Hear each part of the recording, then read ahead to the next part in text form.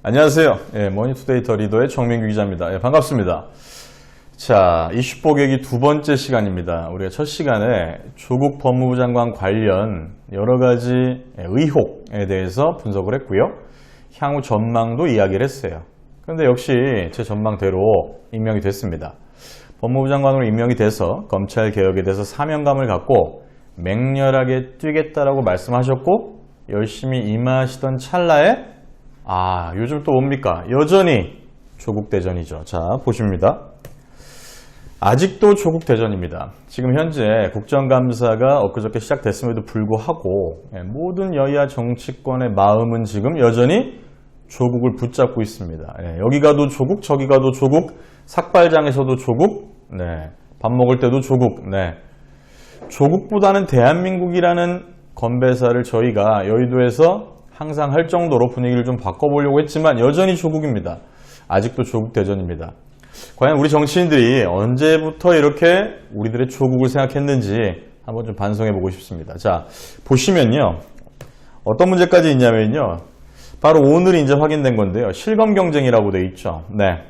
그래서 유튜브를 통해서 전직 모 의원이 조국 구속이라는 검색어를 네이버에서 1순위로 띄우자라고 선동하고 있어요. 지금 보시면 밑에 이제 9번째는 조국 수호 검찰 개혁이라고 돼 있죠.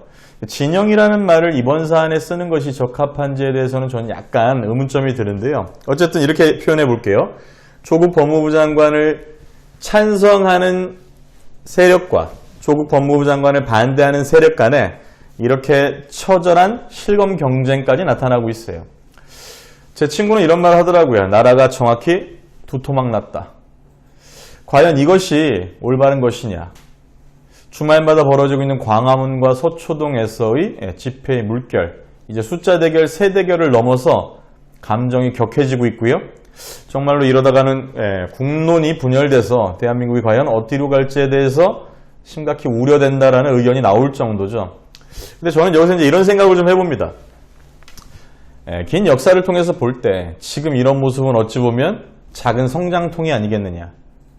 결국에는 가장 이상적인 것이라면 30대 초반에 아주 젊은 청년 한 분이 저한테 이런 의견을 줬어요. 검찰개혁에는 적극적으로 찬성하는데 검찰개혁을 수행하기에 과연 조국 장관이 적합한지에 대해서는 자기는 잘 모르겠다. 동의하지 않는다라는 얘기겠죠. 그럼 이상적인 것은 검찰개혁을 잘 하면서도 검찰개혁을 원하는 사람들이 바라는 만큼의 도덕성을 갖춘 사람 내지는 흠결이 없는 사람을 법무부 장관에 앉혔으면 좋았겠는데 그 부분이 안 됐기 때문에 결국 대통령께서도 고뇌가 시작된 것이고 전체 국민들도 지금 상당히 갈등을 느끼고 있습니다. 그래서 지금 이렇게 실검 경쟁을 비롯해서 정치 진영 간의 세력 다툼과 악의 다툼의 장으로 변하는 모습은 옳지 않다. 그래서 일단은 제가 이번 회에는 이런 상황이 있다는 걸 말씀드리고 천천히 제가 정말 더 해드리고 싶은 말씀은 검찰개혁 담론에 대한 이야기를 좀 해보고 싶어요. 왜냐하면 사실은 조국 장관 임명 찬반 여부, 조국 장관 개인의 가정사 여부가 중요한 게 아니라 정말 우리 국민들에게 정말 중요한 것은 검찰개혁은 왜 필요하고 검찰은 지금까지 어떠한 행위를 해왔으며 우리 역사를 위해서 향후에 어떤 정권이 들어서더라도 검찰개혁이 없이는 제대로 된 정치가 될 수 없다라는 것 어떻게 설명해야 되느냐 이 부분에 대한 이야기를 조금씩 해볼 것입니다. 자, 뒤로 가십니다. 자, 이번에 제가 이제 한번 보고 싶은 것은 오늘 이제 오전에 경향신문 단독 보도로 나온 건데 조국 법무부 장관의 친동생 구속 여부 건입니다. 구속이 곧 임박했다. 영장실질심사가 임박했다라는 소식이 나오고 있고요. 죄목은 배임, 배임수재, 증거인멸 교사 이렇게 되겠고요. 일단 검찰에서 죄목을 잡고 있는 건 그렇고요. 웅동학원 운영과 관련해서 교사, 웅동중학교 교사 채용과 관련된 비리 그리고 그것과 관련된 서류를 밑에 직원을 통해서 인멸할 수 있도록 교사했다라는 범죄 혐의를 지금 받고 있습니다. 사실 좀 더 상황은 지켜봐야겠지만 이 조국 법무부 장관의 동생의 구속 여부 역시 의미가 있지만 사실은 이 건보다는 좀 더 우리가 주목해야 되는 것은 바로 이겁니다. 조국 법무부 장관의 부인인 정경심 교수의 구속 여부. 예측입니다. 많은 설들이 나오고 있습니다. 이런 예측이 가장 유력하다라고도 합니다. 어떤 거냐면요. 사실은 이번 조국 법무부 장관 관련된 논란의 터닝포인트, 분수령은 결국 조국 법무부 장관의 부인인 정경심 교수가 구속되느냐 되지 않느냐. 자, 여기서 우리는 이제 조금 추측을 해볼 수가 있겠죠.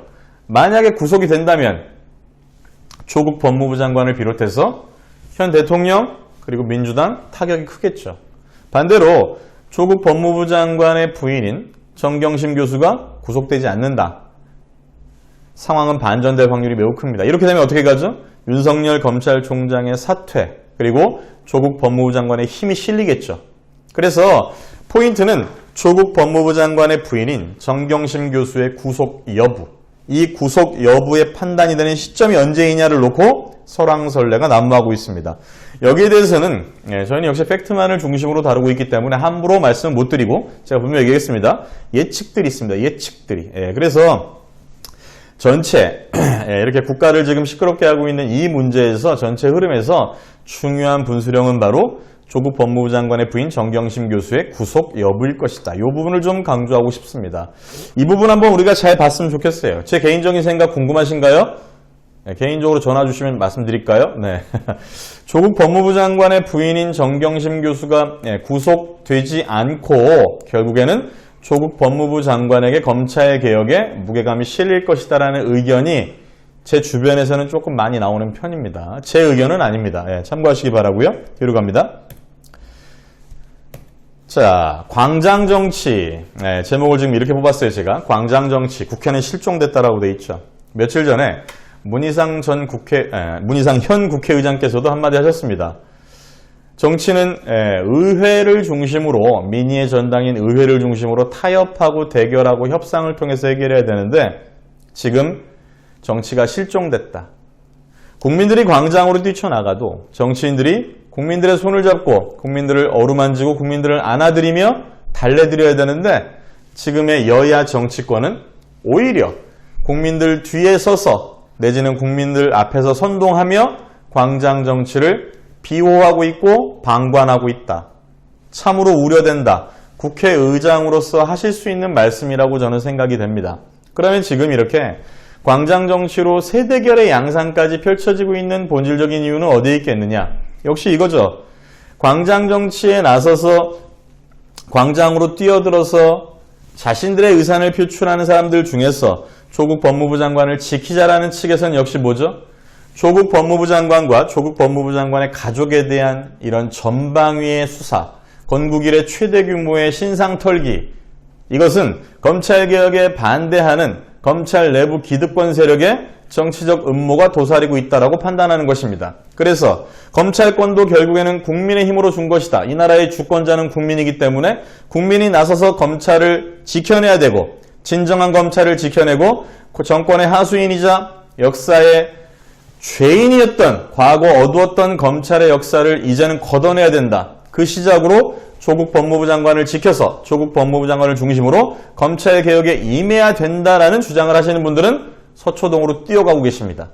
그 반대 광화문에 지금 나부끼는 빨간색 깃발을 보면요. 광화문에 나서시는 분들은 뭐죠? 검찰개혁을 하기에는 조국 법무부 장관은 부적절하다. 검찰개혁에는 찬성하나 보다 더 도덕요건 그 다음에 국민의 눈높이에 맞는 법무부 장관을 임명해야 된다는 의견이 있고 플러스 검찰개혁 자체도 반대한다는 의견도 분명히 있습니다. 더 나아가 현 대통령과 집권 세력 자체에 대한 반대 의견을 갖고 계신 분들도 세종문화회관 광화문 내거리로 나가고 계십니다.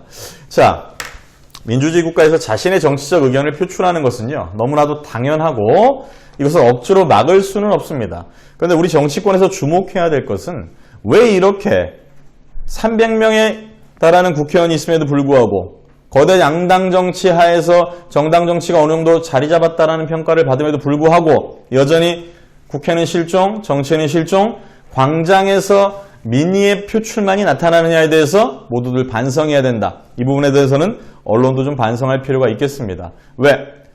선정적인 보도, 의혹만을 앞세우는 보도로 국민의 마음에 너무 많은 자극과 상처를 준 게 아니겠느냐라는 자성을 한번 해보고 싶습니다. 당분간 이 광장 정치는 좀 더 오래될 것 같습니다. 어찌 보면 이런 모습들도 우리 한국 사회의 다이내믹한 면이라고도 볼 수가 있겠죠. 그래서 저는 사실 이렇게 뜨거운 전국이 한풀 꺾이고 나면 이제 본격적으로 검찰개혁의 당위성, 검찰개혁의 필요성에 대한 좀 더 차분하고 객관적이고 고급스러운 담론들이 나와야 되지 않겠느냐라고 판단을 합니다. 자, 뒤로 갑니다. 자, 오늘자 나온 문재인 대통령의 국정수행 평가에 대한 차트를 한번 볼까요? 전반적인 흐름을 봐야 되는데요. 제일 마지막에 보시면요. 52.3%가 부정이고 44.4%가 긍정이죠. 지금 이제 리얼미터에서 쭉 보시면 추세를 체킹한 여론조사 데이터 결과 속에서 가장 최저치, 즉 긍정 비율이 가장 최저치인 여론조사 결과가 나왔습니다. 이것도 이제 한번 보시고, 이거 왜 봐야 되냐면 향후 청와대에서 과연 민심을 어떻게 캐치하고 어떻게 이 난국을 해결해 나갈지에 대해서 우리가 한 번쯤은 엿볼 수가 있겠죠. 광장 정치가 이렇게 지속되는 과정에서는 숫자를 가지고 민의가 다 표현됐다라고 보기는 힘들거든요. 그러면 결국에는 청와대와 지금 집권 세력 입장에서는 이 상황에 대한 반전이 필요할 것이고, 이 반전을 위해서 또 다른 전국의 카드가 나오지 않겠느냐라고 조심스럽게 한번 예측을 해볼 수가 있겠죠. 반면에 야당 입장에서는 이렇게 대통령에 대한 부정평가 비율이 높은 이 분위기를 계속 이어가고 싶겠죠. 자, 여론 동향이 이렇습니다. 그래서 야당은 총선 때까지는 결국 조국 이슈를 계속 가져갈 확률이 크고요. 그리고 집권 세력과 대통령과 여당 입장에서는 북미 이슈, 그 다음에 또 뭐가 있겠습니까? 한일 관계 호전의 이슈, 여러 가지 것들이 있죠. 이걸 통해서 좀 더 여기서 벗어나고 싶을 겁니다. 그리고 검찰개혁을 가지고 만약에 이 상황을 좀 반전시킨다면 조국 법무부 장관의 업무 수행을 통해서도 얼마든지 여론에 대한 동향을 바꿀 수 있는 거리는 만들 수 있다라고 보여집니다. 근데 어쨌든 흐름은 현재로서는 오늘자 나온 걸로는 대통령에 대한 긍정평가가 당선 이후 최저치였다라는 사실, 이렇게 제가 말씀을 드리겠습니다. 자, 그래서 일단 첫 번째, 아직도 조국 대전이라는 이슈에 대해서는 이렇게 깔끔하게 한번 정리를 해봤습니다. 자, 여러분들 이번 시간은 이렇게 마무리하겠습니다. 고맙습니다. 다음 시간에 우리가 좀 더 깊이 있는 테마를 가지고 자세한 얘기 해보도록 하겠습니다. 고맙습니다.